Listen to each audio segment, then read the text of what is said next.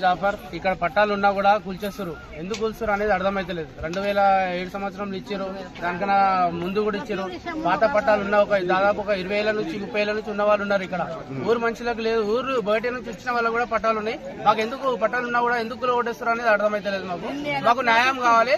ఏదైనా మాకు న్యాయం కోసం అందరూ కొట్లాడుతున్నాం. అడగడానికి పోతే మా పట్ట డూప్లికేట్ పట్ట అది అని చెప్తున్నారు. వీళ్ళకి అవగాహన లేక కట్టుకోలే, ఆర్థిక పరిస్థితి డబ్బులు లేక కట్టుకునే వల్ల ఇప్పుడు కట్టుకుందామంటే వీళ్ళకి డూప్లికేట్ పట్ట అని చెప్తున్నారు. కట్టుకుంటే కుల కొట్టేస్తారు. మన వీళ్ళు ఎక్కడ పోవాలి, ఏం చేయాలి అనేది అర్థమైతలేదు. మీరే ఒక న్యాయం చేయాలని చెప్పేసి ఎంఆర్ఓ మేడం కి అడుగుతున్నారు. ఈడేసుకోరు ఆడేసుకోరట్టు వేసుకున్నాం. 35 సంవత్సరాల నుంచి వేసుకుంటూనే ఉన్నాం, పీక్తూనే ఉండ్రు. మరి మా పరిస్థితి ఏంది సార్? ఇప్పుడు ఎవరన్నా చచ్చిపోతే మా ఇంట్లో తీరు ఆడ రోడ్డు మీద వేసుకోరు, లేకపోతే నడు ఆడ బొందలగడ్డ ఏడుగుండ్రి ఆడనే బొంద పెట్టండి. ఇట్లా మాట్లాడుతున్నారు సార్, ఇట్లా మాట్లాడుతున్నారు సార్. మరి కిరాయి వెనక ముందు అవుతుంది. మరి లేని పరిస్థితి, కూలినాలు చేసే బతుకు మాది. అది ఉంటేనే ఆధారం, లేకపోతే ఆధారం లేదు. మరి కొంచెం వెనక ముందు అయితే సామాన్లుది బయట, లేకపోతే వేరేది చూసుకున్నాడు. ఇట్లా అంటే మా పరిస్థితి ఎక్కడ పోవాలా సార్? ఇంకా పట్టాలుండి ఎందుకు సార్ మాకు? మాకు 200 గజాలు వద్దు సార్, మాకు 60 గజాలు ఇవ్వమంటున్నాం. మాకు పట్టాల మీద ఉన్న 60 గజాలు మాకు దానికి వద్దు సార్. వాళ్ళది ఒక్కటి కూడా వద్దు సార్.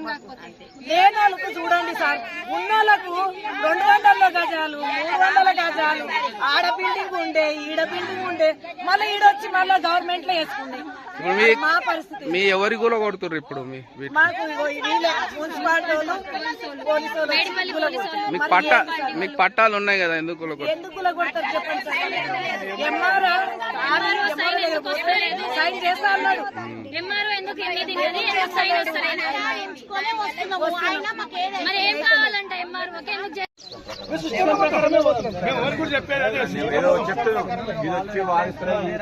ఎంఆర్ఓ సెటిల్మెంట్ చేసుకుంటున్నా ఒకరొక నుంచి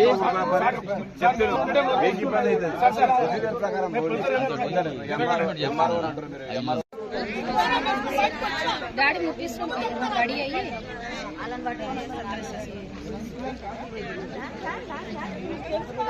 కోర్టు తెచ్చుకున్నాం.